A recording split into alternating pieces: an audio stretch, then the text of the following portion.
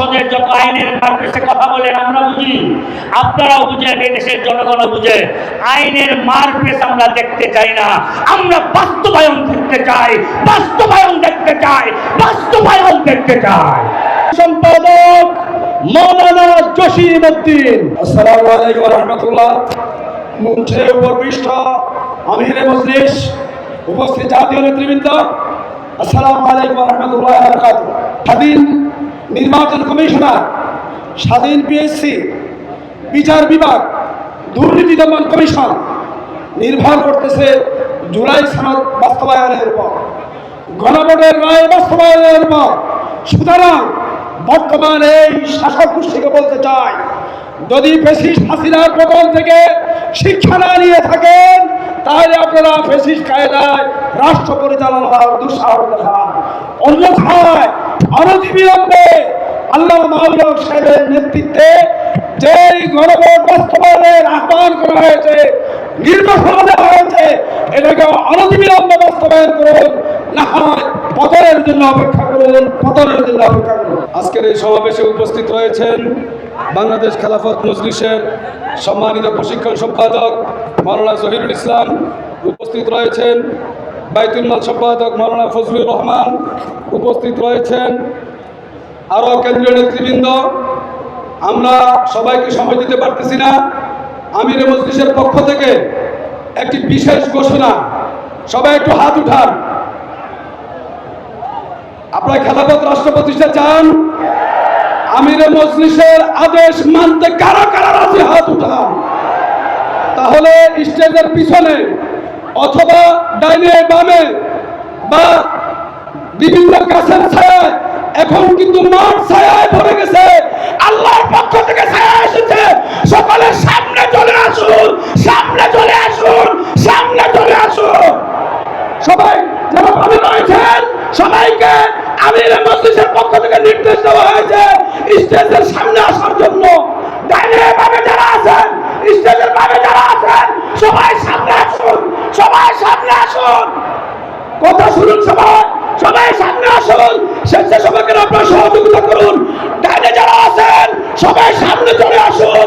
এই পর্যায়ে বক্তব্য রাখবেন বাংলাদেশ খেলাফত মজলিসের কেন্দ্রীয় সমাজ কল্যাণ সম্পাদক মাওলানা সামিউর রহমান মুসা। আমার বক্তব্যের শুরুতে আপনাদের সবাইকে জানাই রক্তিম শুভেচ্ছা ও বিপ্লবী অভিবাদন। আমি আমার বক্তব্যের শুরু আমার নেতা আল্লামা মামুনুল হকের বক্তৃতার মধ্যে শুরু করতে চাই। বর্তমান সরকারকে আওয়ামী লীগের বুঝে ধরেছে। এই বুঝ কিভাবে চালাতে হয় এদেশের জনগণ ভালো করে জানা আছে। আজকে আল্লামা মামুনুল হক সাহেব খেলা শুরু করেছেন। আপনারা যদি অবিলম্বে গণরায় বাস্তবায়ন না করেন, ইনশাআল্লাহ আপনাদের সাথে ফাইনাল খেলা হবে ইনশাআল্লাহ। আমি সাথী ও বন্ধুগণ,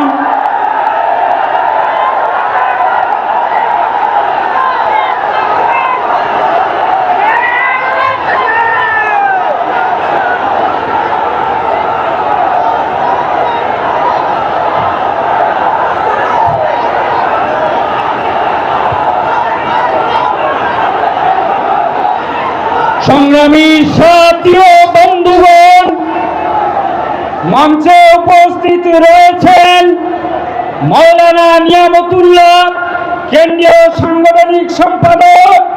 আরও উপস্থিত রয়েছেন মাওলানা মহসিনুল হাসান, কেন্দ্রীয় সাংগঠনিক সম্পাদক।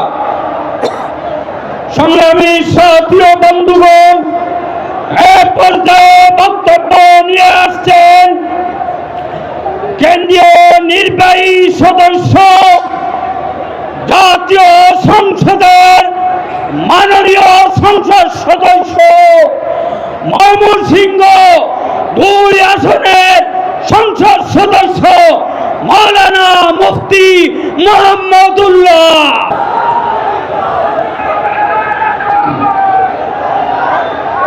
আসসালামু আলাইকুম ওয়া রাহমাতুল্লাহি ওয়া বারাকাতুহু। ওয়া ইন তাউদ্দু নি'মাতাল্লাহি লা তুহসুহা। সাদাকাল্লাহুল আযীম। মুআজ্জাজ মুহতারাম বাংলাদেশ খেলাফত মজলিসের সম্মানিত আমির, উপস্থিত 11 দলীয় যুগের শীর্ষ নেতৃবৃন্দ, উপস্থিত সারা বাংলা থেকে আগত তৌহিদি কাফেলার সদস্যবৃন্দ, আল্লাহ পাকের দরবারে শুকরিয়া জ্ঞাপন করে আপনাদের কাছে ছোট্ট একটি বার্তা দিয়ে আমি বক্তব্য শেষ করব।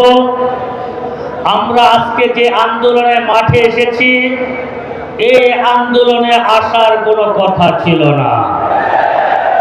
আমরা তো জুলাই যোদ্ধাদের সাথে আহত এবং নিহত যোদ্ধাদের রক্তের সাথে আমরা ওয়াদা করে এসেছিলাম যে জুলাই যোদ্ধাদের এবং নিহতদের রক্তের সাথে আমরা বেইমানি করব না।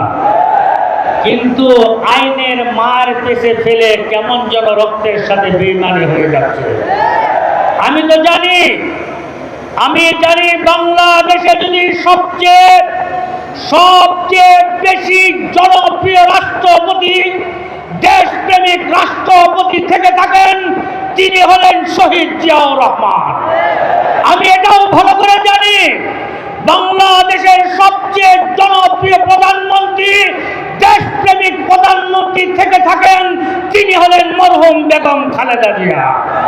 সেই জিয়াউর রহমান সাহেবের সন্তান, সেই বেগম জিয়ার সন্তান বর্তমান প্রধানমন্ত্রী।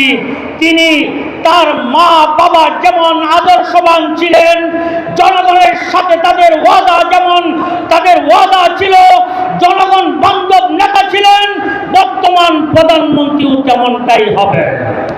আমি প্রধানমন্ত্রীকে বলবো, আপনি যে আপনার মতো শান্ত শিষ্ট, আপনার মতো একজন জনপ্রিয় নেতা প্রধানমন্ত্রী আমরা এর আগে পাই নাই।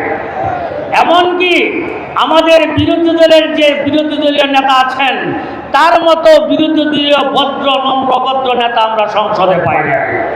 আমি মনে করি আপনার ডাইনে বামে যারা আছে তাদের পরামর্শ না নিয়ে আপনি সংসদীয় নেতা এবং বিরোধী দলের নেতা আপনারা বসে এই জুলাই সনদ কিভাবে বাস্তবায়ন করা যায় তার বাস্তব পদক্ষেপ আপনি গ্রহণ করবেন। আপনি কখনোই এই দেশের সাথে বেইমানি করতে পারেন না। আপনি কখনোই জুলাই যোদ্ধাদের সাথে বেইমানি করতে পারেন না। ওয়াইন তাউদ্দু নি'মাতাল্লাহি লা তুহসুহা। আল্লাহর কোন নিয়ামতকে আপনি গণবেন, কোন নিয়ামতকে অস্বীকার করতে পারবেন না। 17 বছর এই দেশের মানুষ কত যন্ত্রণায় ছিল, কতটা জুলুমের শিকার হয়েছিল, বাক স্বাধীনতা হারিয়েছিল। জুলাই যোদ্ধারা জীবন উৎসর্গ করে আমাদেরকে এই জায়গায় আসার সুযোগ করে দিয়েছে। এই যোদ্ধাদের সাথে বেইমানি এই দেশের মানুষ করতে পারে না। যদি কেউ বেইমানি করে এরা এই দেশের নাগরিক না। এই দেশের সাথে গাদ্দারি যারা করে এরা এই দেশের দেশপ্রেমিক হতে পারে না। আমি মাননীয় স্বরাষ্ট্রমন্ত্রীকে বলবো, আপনার মতো স্মার্ট, আপনার মতো শিক্ষিত সুশিক্ষিত, আপনার মতো সুন্দর স্বরাষ্ট্রমন্ত্রী আপনার বিগত 54 বছর পাই নাই। আপনি যদি ইচ্ছা করেন দুই দলের দুই সংসদীয় এবং বিরোধী দলের নেতাকে নিয়ে আমরা যা চাচ্ছি তা বাস্তবায়ন, আপনার নিয়ত যদি শুদ্ধ হয় আর কোনো আন্দোলনের প্রয়োজন পড়বে না। আমি মাননীয় স্বরাষ্ট্রমন্ত্রীকে বলবো, আপনি যেমন স্মার্ট, আমাদের সকল আন্দোলনগুলি স্মার্টের সাথে শেষ করে দিবেন। আপনি জুলাই যোদ্ধাদের মনের নিয়তটাকে স্পষ্টভাবে প্রকাশ্যে নিয়ে বাস্তবায়ন করবেন। সংসদের যত আইনের মারপেছে কথা বলেন আমরা বুঝি, আপনারাও বুঝেন, এই দেশের জনগণও বুঝে। আইনের মারপেচ আমরা দেখতে চাই না, আমরা বাস্তবায়ন দেখতে চাই, বাস্তবায়ন দেখতে চাই, বাস্তবায়ন দেখতে চাই। আসসালামু আলাইকুম ওয়া রাহমাতুল্লাহি ওয়া বারাকাতুহু। বন্ধুগণ, যেই গণের কথা বলে, গণভোটের কথা বলে, গণতন্ত্রের নামে এদেশের বাংলাদেশের নেতৃত্ব দেওয়ার কথা বলে এই সরকার ক্ষমতায় এসেছে, যদি এই সরকার আমার আগের সরকারের মতো প্রতারণা আর বিদেশিদের দালালি এবং জনগণের সাথে গাদ্দারির পথ বেছে নেয়, আমি আমাদের নেতাকে বলবো, জনগণকে সাথে নিয়ে এই গাদ্দারির রাজনীতির বিরুদ্ধে গণমুখী রাজনীতি দিয়ে বাংলাদেশকে খেলাফত রাষ্ট্রে পরিণত করার রাজনীতি শুরু করুন।